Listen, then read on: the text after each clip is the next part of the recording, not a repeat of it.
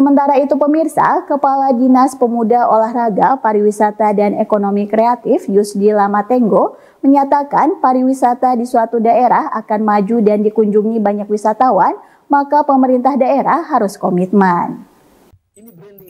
Berbicara dalam kegiatan pemberdayaan dan pembinaan pengembangan pariwisata bagi pengelola desa wisata di Kabupaten Maibrat, Kepala Dinas Pemuda dan Olahraga, Pariwisata dan Ekonomi Kreatif Papua Barat Daya, Yusdi Lamatenggo mendorong komitmen pemerintah Maibrat dalam pengembangan pariwisatanya.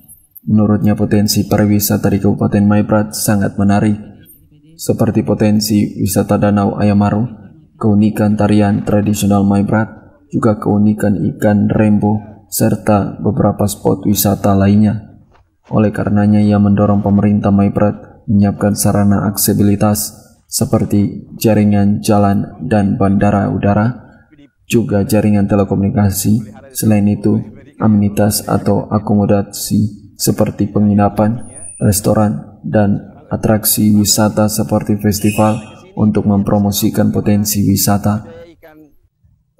Ayamaru kita kenal memiliki potensi alam yang luar biasa, ya. Saya nggak perlu sebut alam, budaya, ya, yang begitu beragam. Ya. Kita punya danau yang indah, kita punya goa-goa, kita punya potensi hutan yang luar biasa.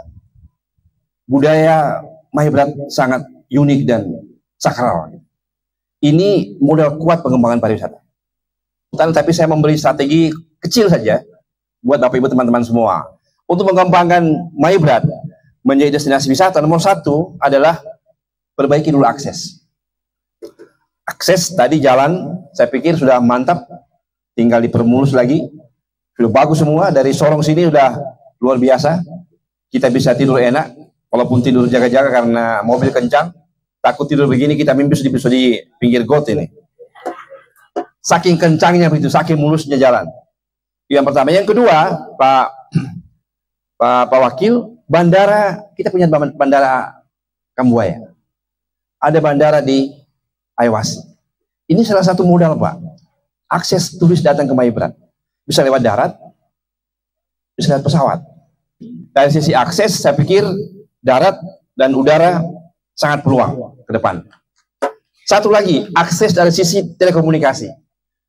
Nah, kita juga berharap juga Pak Bupati, Pak Wakil izin, di spot-spot utama di Maibrat, kalau bisa dengan Kominfo, kabupaten maupun provinsi, ada tower 4G, sehingga wisatawan lebih mudah untuk, karena tren sekarang berwisata itu tadi kemudahan informasi, kemudahan komunikasi, dan biasanya orang mau selfie, orang mau update status.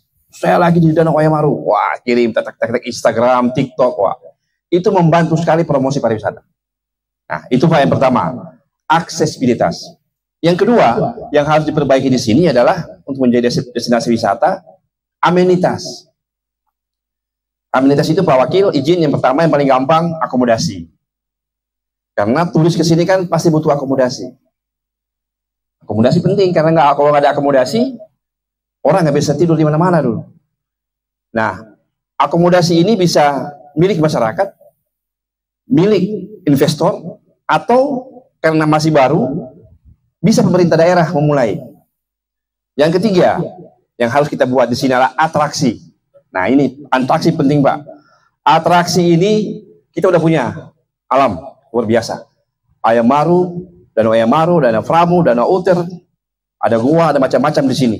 Punya potensi hutan yang luar biasa yang bisa menjadi daya tarik utama wisata di Maibrat.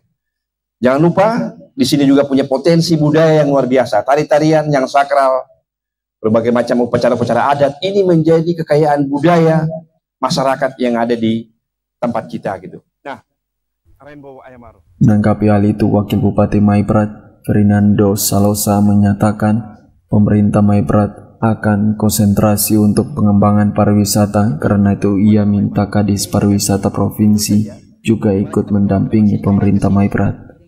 Pertama, saya atas nama pemerintah dan masyarakat menyampaikan apresiasi dan terima kasih kepada Bapak Gubernur Provinsi Papua Barat Daya dan Bapak Wakil Gubernur Provinsi Papua Barat Daya, dan secara khusus Pak Kepala Dinas ya, Pemudaan pariwisata dan ekonomi kreatif Provinsi Papua Barat Daya yang pertama kali membuat kegiatan di tempat ini.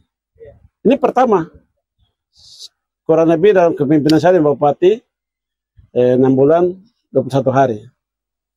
Oleh sebab itu hal-hal yang tadi beliau sudah menyampaikan menjadi atensi kita pemerintah daerah dan juga dengan lintas sektor. Beberapa step by step yang nanti harus menjadi perhatian. Dan kita akan kolaborasi antara pemerintah provinsi dan kabupaten Mebrat untuk menjadikan Mebrat sebagai satu kabupaten ya pariwisata alternatif setelah Raja Ampat. Ya. Dengan beliau punya beberapa rekomendasi-rekomendasi yang jadi perhatian ke depan. Kita berharap dalam kepemimpinan saya dan Pak Bupati dan juga atas arahan dari Bapak Gubernur dan Wakil Gubernur yang priorisasinya sama.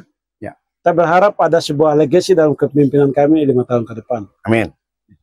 Makasih dan Tuhan berkati. Septinus Kambu, JWM Channel.